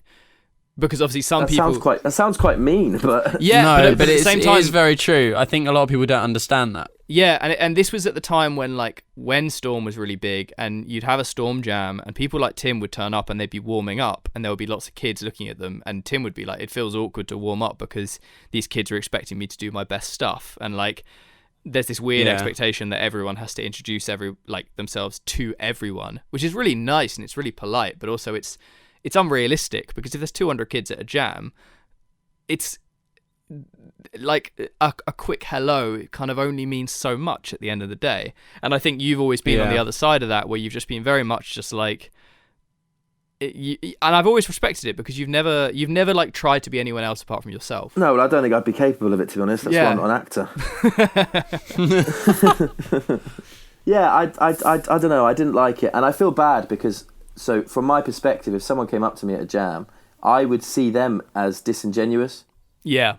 In some way, because they weren't meeting me the same way that they'd meet another person at the jam, their age or whatever. Do you see what I'm saying? Yeah. They already knew who I was, and because of them watching videos of me, or potentially because they respected my skill, they then wanted to meet me. Which, I don't know, to be honest with you, this might be a terrible comparison, but it might be like what women feel like getting chatted up in bars all the time. I don't know. It's just like what like. You can compare it to that. Yeah, you can sense that the motive is not essentially natural. Like there's exactly. And it's very. And we're not going to become friends from this meeting. No, well, and it's like it could happen over time, but it happens because you get it. I mean, Keelan, like when we go to like For the Love and Movement and things, and it's so weird because it sounds so arrogant to like talk like this, but you meet kids who clearly want to meet you. And you're completely happy to meet them, but you get this air that there's like this secondary motive there. And when you can sense that, it comes. It doesn't feel natural. Whereas if you just naturally build up a friendship with someone, months down the line, you find yourself chatting to them on Facebook all the time, or whatever, and everything's natural. It's just that. So it's these weird levels of social kind of interactions between people, I think. Yeah, but I mean, I think I was the one in the wrong. I was being childish, in all honesty. And I think your mindset's there. I reckon just action. I wouldn't have that. I wouldn't have that. Yeah, because you've just got to get past it. Yeah. It's like you can feel it, and you shouldn't let it. You shouldn't act a certain way because you can feel it. Like everyone's aware when they feel it. Yeah, I mean, part of it in my head is that it doesn't matter which way it is, but you can feel that it's unbalanced. Yeah. And I don't want to sound arrogant, but it's when I'm meeting these people in these scenarios, they've already put me a level above them. Yeah, which for some reason, and it feels for some reason that has no validity either. And it feels very awkward. Being good at parkour does not make you a good person. No. Being a doctor makes you a good person. I don't know. There's plenty of other professions, like people that work hard, people that are nice, people that help others. Well, I don't think anything. Those are good qualities. Yeah, and I don't think there's a single quality to being a good person. I think it's your mindset and your actions make you a good person, and it's it's sort of, it's weird to say like, oh, there's that person, they're good at this, they're immediately like on another level. Kai's very similar. Like, I've had conversations with Kai about parkour stuff, but also like celebrities. Like, and Kai loves to be blunt and sort of very deadpan, but he's always said like he would never fanboy over anyone, because just because they've done a certain thing doesn't mean that they're sort of better or whatever. Yeah, I think I'm similar. I mean, there are people like actors who I kind of might admire. Yeah. I don't idolize anyone. Yeah. And I don't bridge between people's skills in their field and other areas of life, which I think is a very common thing in 2020, especially for people of like young ages. Yeah. Like, for example, some people, like, this is a ridiculous example, but like someone like sort of voting for a political party based on a celebrity's tweet or something. Do you see what I mean? Of course, yeah. It's like taking a musician's word when it comes to something very scientific. I don't know, just it's people are, because they respect them, they listen. But the reason they respect the person that they're listening to has absolutely nothing to do with what they're saying. Yeah. There's no credibility there. That's so interesting, though. Yeah. And it's because I understand what you mean, but I don't think I've properly thought about that. You have to like remove that kind of veil that you've got on, or there's like almost like the rose tinted glasses of like, oh, they're mate, like I love this band's music, therefore like whatever they're saying is. Yeah. I think we all. I think if you learn to think like that, I think it stops anything being awkward anyway. If you know what I mean. If no one's higher than anyone, what's the big deal? No, exactly. We're all people at the end of the interesting. day. Yeah.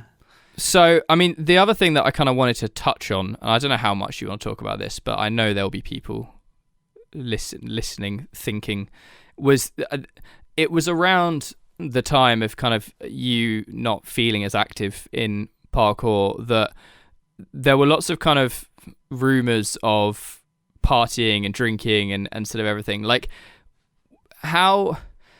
Because I think everyone gets into that, like they turn 18, especially when you're in like a university city and things. Like people go through that party phase, and some people come out of it and or they maintain their training, and like we've lost essentially a lot of good athletes to that time period of kind of 18 to 20, when these young kids who are really talented sort of they find socialization and girls and drinking and also the cool of normal work life and needing to rent a place and things takes over, and a lot of people, that it's typically when you see a lot of people fading away from parkour. Was like, do you feel like that happened to you, like, or because I think people love to spread rumors and make speculation, and even more so when you are a very well-known athlete. So yeah, I mean, I've said this before, it's ridiculous, but yeah, the word spreads quite well. The parkour community is a little bit like an American high school canteen. That's the way I see it. Like, quite specifically, you know, have you seen Mean Girls? Yeah, I love Mean Girls. It's a bit like that. Yeah, exactly. yeah. But I wasn't aware of many athletes being lost to sort of, I think, late adolescent pleasures, let's call them. I've seen a fair share.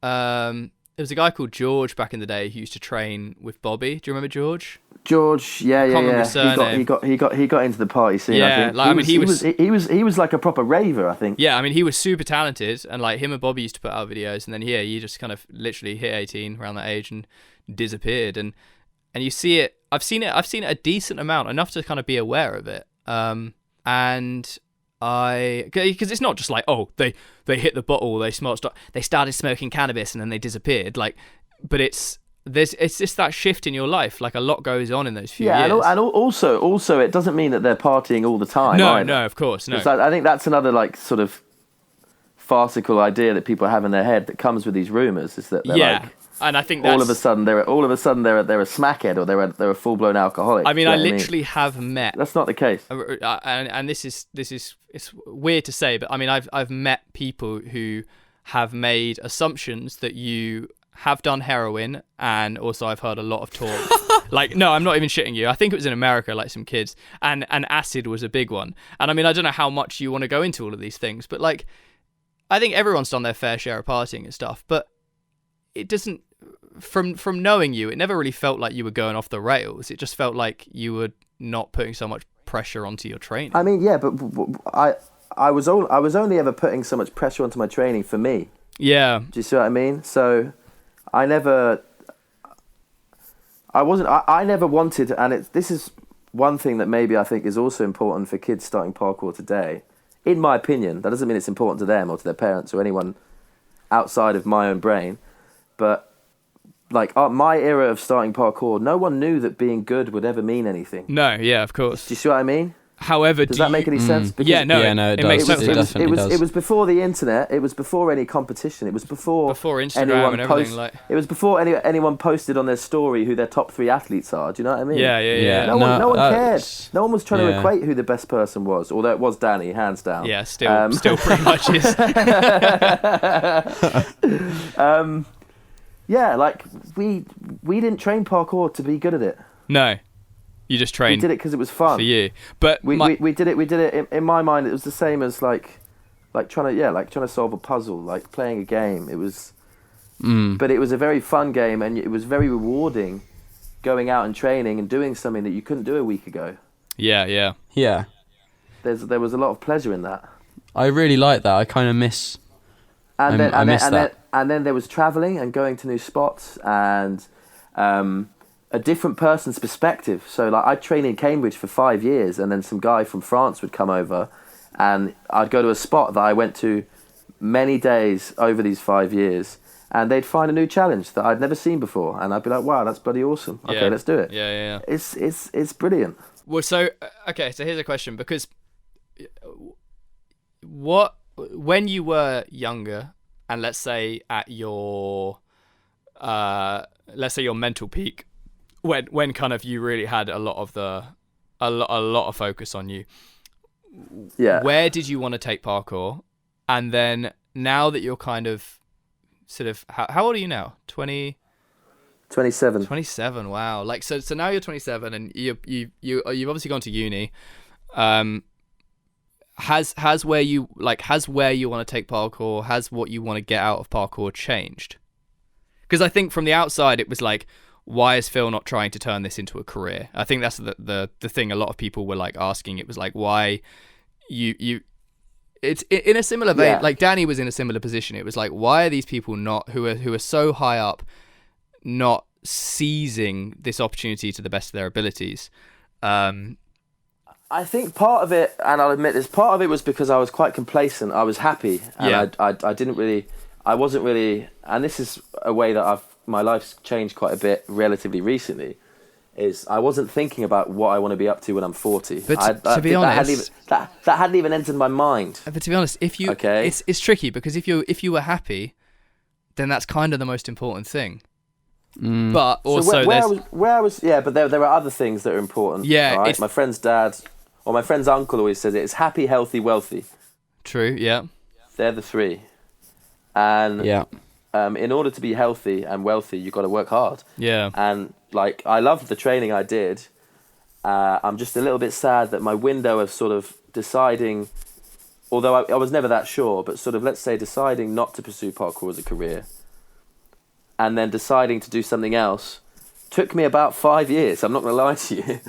Yeah, I mean, it did. And I was umming and ahhing, and there were also a lot of things that I saw necessary in order to do well in parkour that I didn't want to do. Social media. Social media, exactly.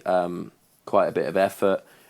Keeping connections based on like sort of work benefit as opposed to a real bond existing there. Yeah, you see what I mean? yeah, of course. Staying in touch with, because like, that's what a lot of people do tactically, and I did none of it. You stay in touch with the people that have gyms in America. It's called networking. You've worked for on previous jobs. It's called networking. Exactly. Yeah. I never did any of that. No, yeah. And I did. I it was a classic, typical. I don't want to talk about the drinking or the drugs too much because I assume that most of our listeners are quite young. It varies, but we'll see. But yeah, classic gateway. I smoked a bit of weed, and I was your classic teenager who, like, when I was 13, I'm sure me and my best friends, we made a pact to never drink or do any drugs our entire life. One of the first times I ever met Keelan, he told me that promise as well. I remember having a go at my mum for smoking all the time. Not that she was smoking all the time. I was having a go at her for smoking all the time. And she has quit now, to be fair. But yeah, so I smoked a bit of weed, and that made me a little bit curious. I was like, hold on a minute. that hasn't destroyed my life, for one, and it was quite enjoyable. And then, I drank, I tried some psychedelic drugs. A lot of people that are into them won't agree with me, but I think you've done acid once, you've done it as many times as you need to. There's no point doing that drug frequently, in my opinion, because it's a very interesting experience. That's all I'll say to you. But you've never done heroin? No. Of course, we'll clear that up. I've only tried what are known as recreational drugs, social.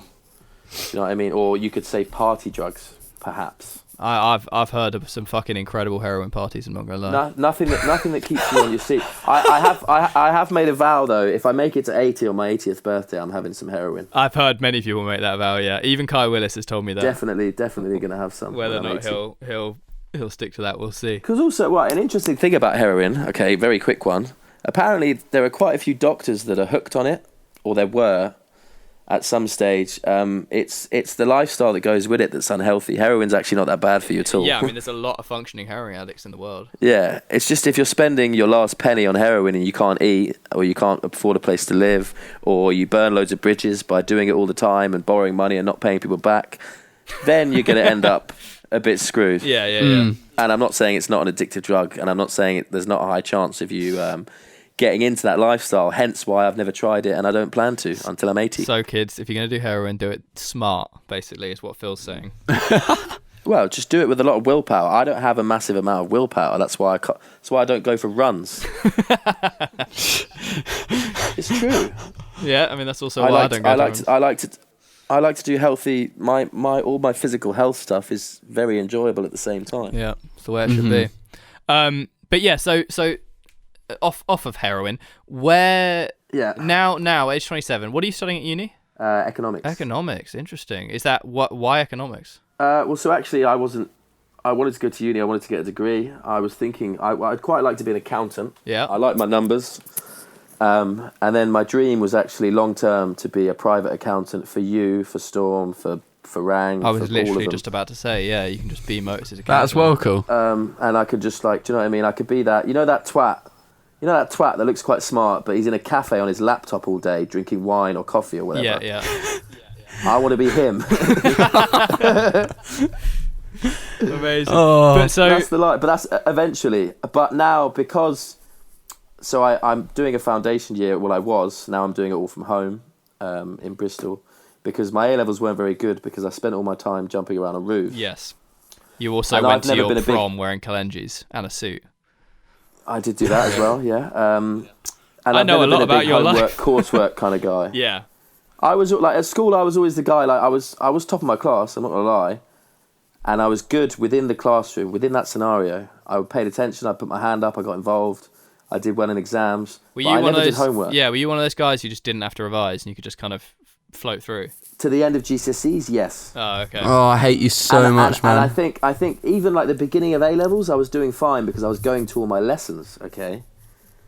And this was before weed, this was before I started drinking. I did all that quite late, like 18, 19. Yeah. But I started missing lessons to train. Oh, right, and because I was this no homework, no coursework, sort of as soon as you leave the classroom, school's out of your head kind of guy, I didn't catch up. Yeah. Which meant that I hadn't learnt sections of what I was being examined on. Okay. So of course I was going to do badly. I got a D in maths, an E in philosophy, and I failed PE, which is the funniest one. Wow.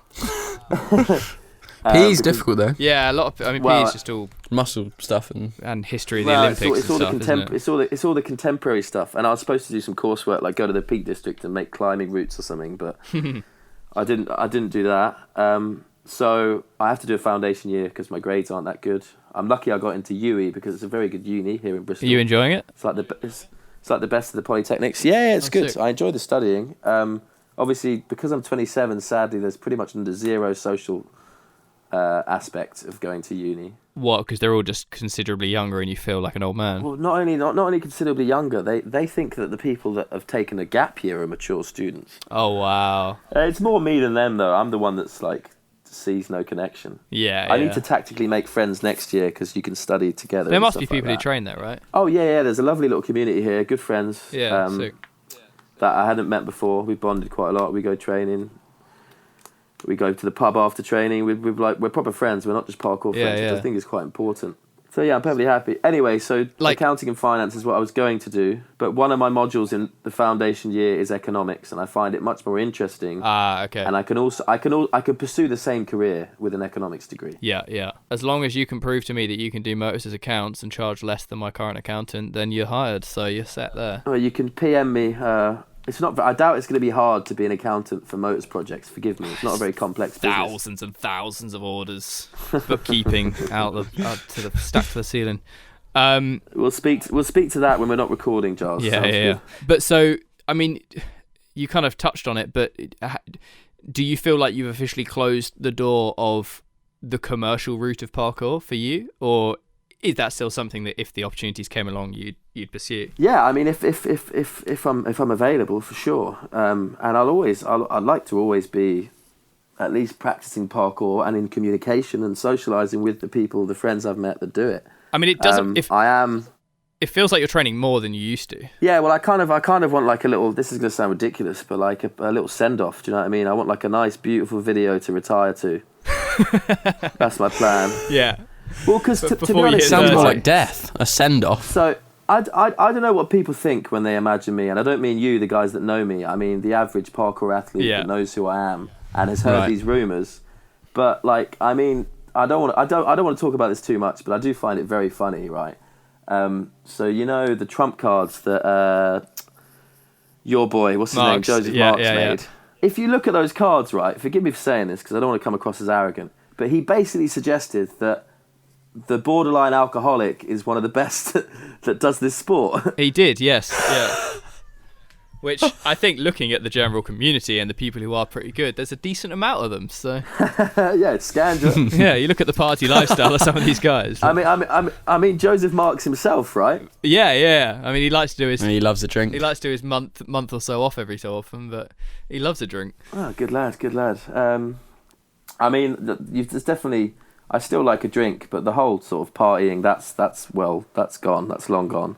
Didn't you get so drunk at Own the Spot that you danced on your own phone and broke it? Yeah, well, I witnessed that. I was in a breakdancing competition, okay? The dancing was more important.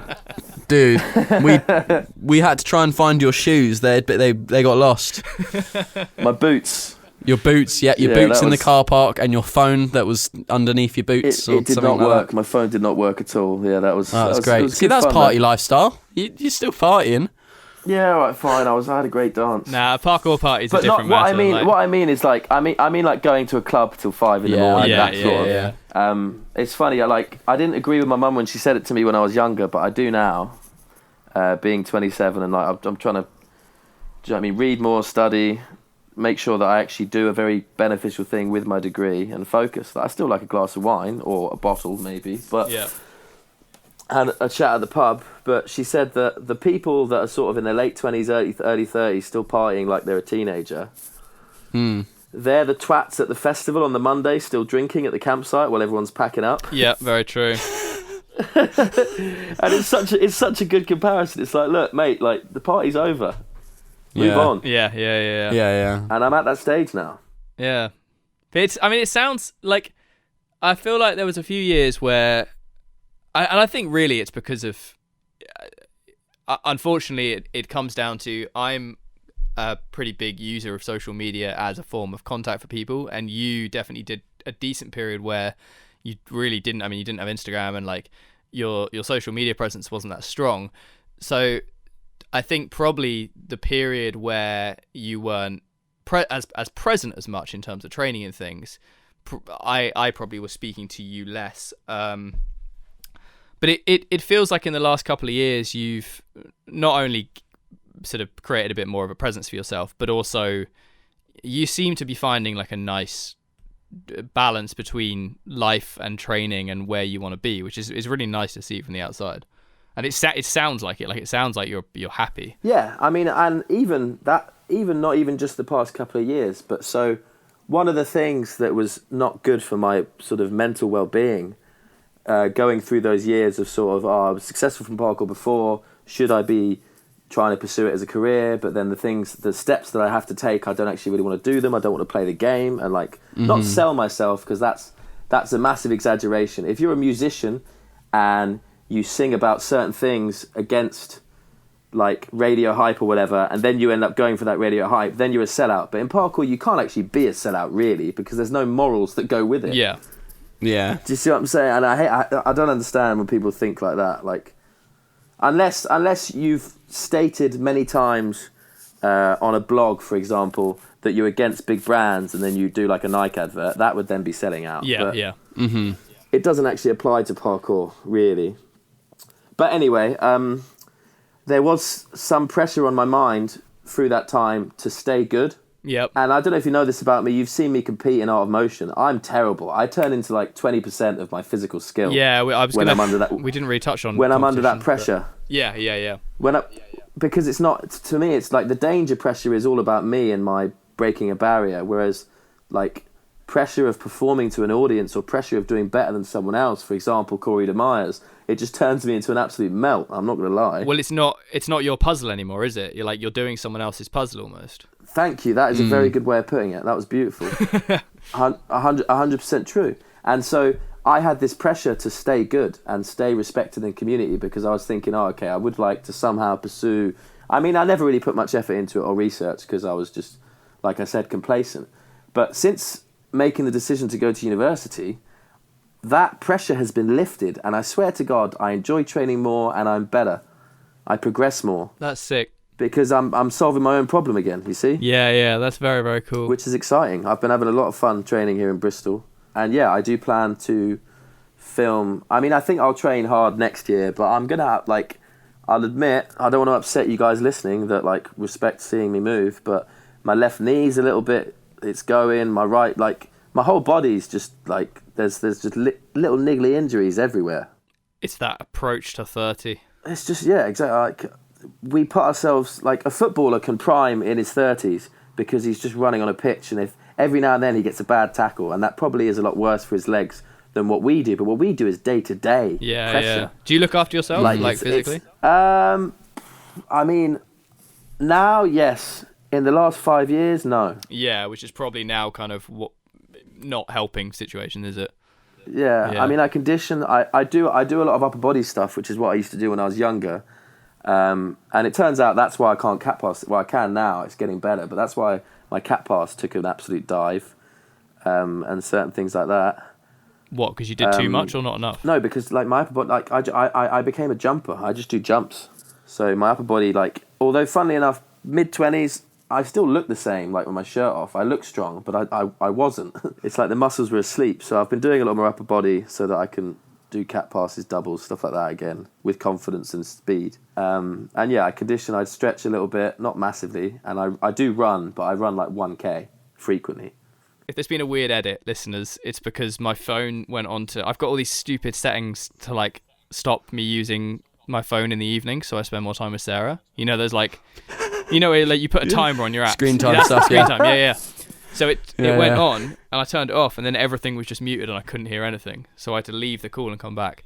So if there was a weird cut or something there, it's because I've just had to fix that. That's funny. It sounded like you were talking about uni stuff, and yeah, no, I was saying it's interesting. I think it's going to be interesting for a lot of the people who are similar to my age, maybe, because more the mindset stuff with the uni and figuring out. Yeah, of course. You know. I mean, I loved parkour, and like I said, I don't regret it. But you can all, whoever's listening, you can do uni, like, especially like foundation year and first year, even second year a little bit.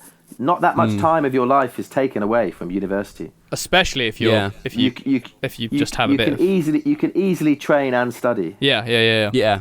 It's fine. Also, what you were saying, this is me just going back now, but even what you were saying about mindset for training, about like before all of social media and why you train, it was just for, it's just for you. Because I feel like I sometimes even get wrapped up in the like going out for training and you're thinking about what you can do for a camera. Do you know what I mean? It completely messes with your head sometimes. Yeah, because suddenly. So I think that's why people need to get into parkour for the right reasons, and it won't happen if it's always to do with cameras. Well, it's because there's like a new. I mean, it's just people that potentially begin are going to be thinking about, and I don't think this is bad or unhealthy. I'm just saying it's different to what I do.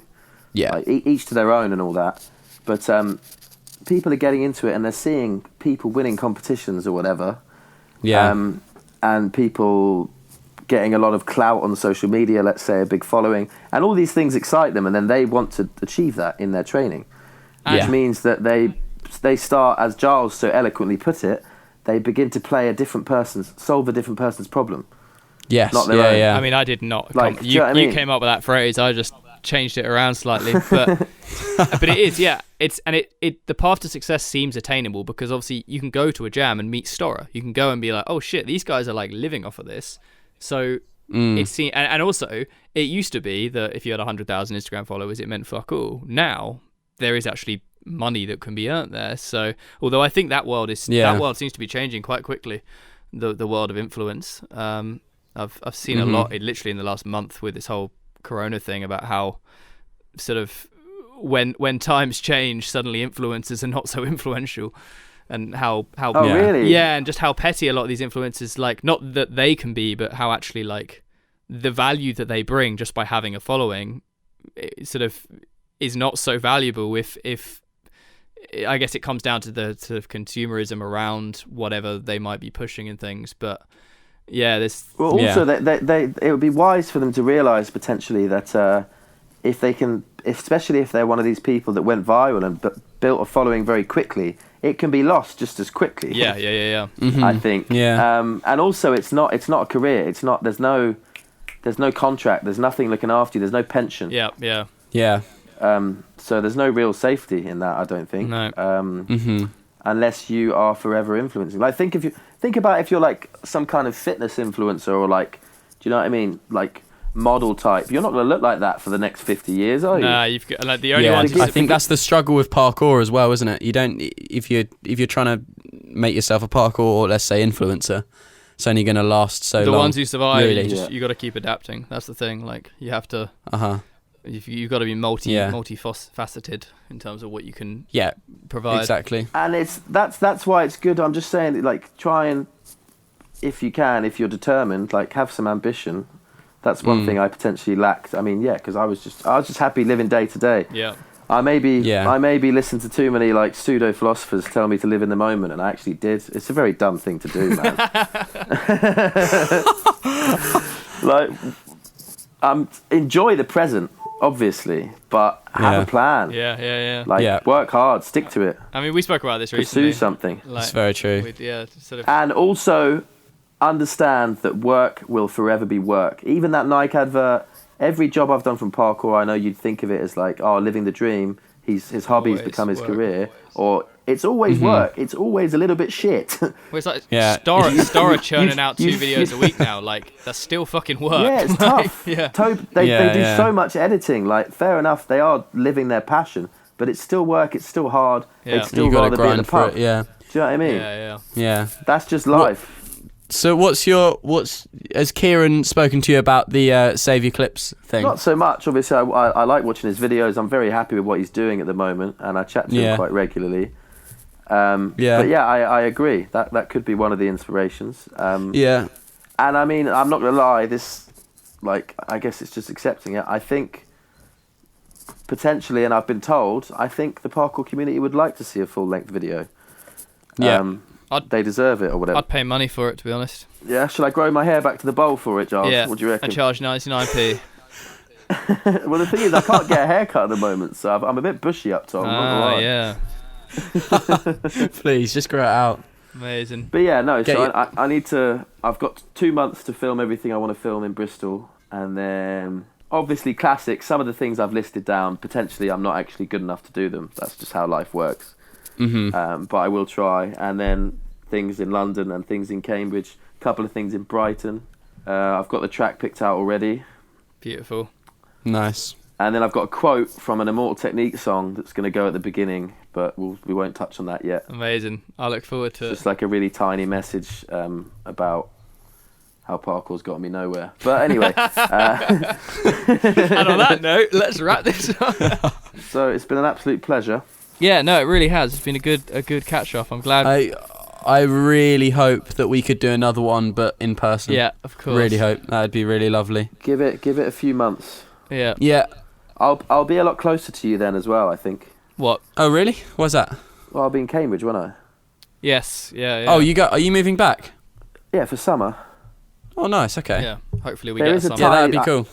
A very small part of me might move to Brighton instead, but I think that's a I don't wise know. decision. But I mean, you've said There's a lot of people summer. in Brighton. You said you were going to move to Brighton and London for about 5 years, and then you moved to That is then very you moved to true. Bristol. So yeah, I went to Brighton for a month yeah, and then went to Bristol. Yeah. But I mean, Brighton, the uni I could have got into in Brighton wasn't good. It's not very good. well, it's good to know you followed your education rather than something else. Yeah. So And Yeah. Bristol's a better city than Brighton, hands down. Unless you hold parkour as like the most important thing in your life. Yeah, Do you know what I mean? Which I still don't. I love it, but it's not the be all and end all. Right, I'm gonna get on this poker game, Yes. guys. Very nice to chat to well, you. yeah, thank you very much. We'll do a fake goodbye, i.e., we'll end the podcast and then just don't then we stop recording and then we'll stay on the phone, obviously. Okay, sounds So, good. all right. Well, thank you everyone for listening. And bye. Stay Cheers. in Bye. school, kids.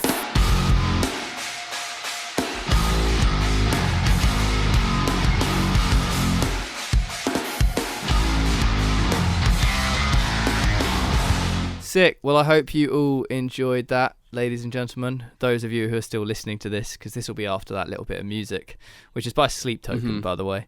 And most of you probably turn off, but if you're still there, then well done. Thank you for the continued support with the podcast. TMP Prodcast 10 will get you 10% off any clothes. And apologies if there's any weird cuts in that. We did have a couple of audio issues, so I had to do a little bit of trimming and editing. But yeah, let us know if you want any more guests. We're going to try and get Kieran on from Marrera Gang. Sorry, Keelan, I'm just talking non-stop. And That's fine. yeah, Kieran, we're going to try and get on soon. And yeah, 5-star reviews on iTunes. Share this stuff on Instagram. All the support you can give. Go on, Keelan. You can. Sorry, I just filled that ending there. No. I think a lot of people don't know that I enjoy listening quite a lot. I do it a lot, and I know we're doing a podcast, but I do it a lot with the podcast. I forget that I'm meant to be talking. You like to listen to because guests, yeah. I really do like listening. Yeah. But yeah, no, I hope everyone enjoyed. Hope everyone actually stuck through to the end, because What for this helps nugget us. of gold? Nugget. See, we didn't talk about music, so that's fine. Yeah, no, They we didn't. must have stuck And I through didn't right say I to the love end. you. I didn't say I love you, so I have to say that. So let's Yeah. wrap this up, and I'll get editing this thing. Love Yeah. you. Bye.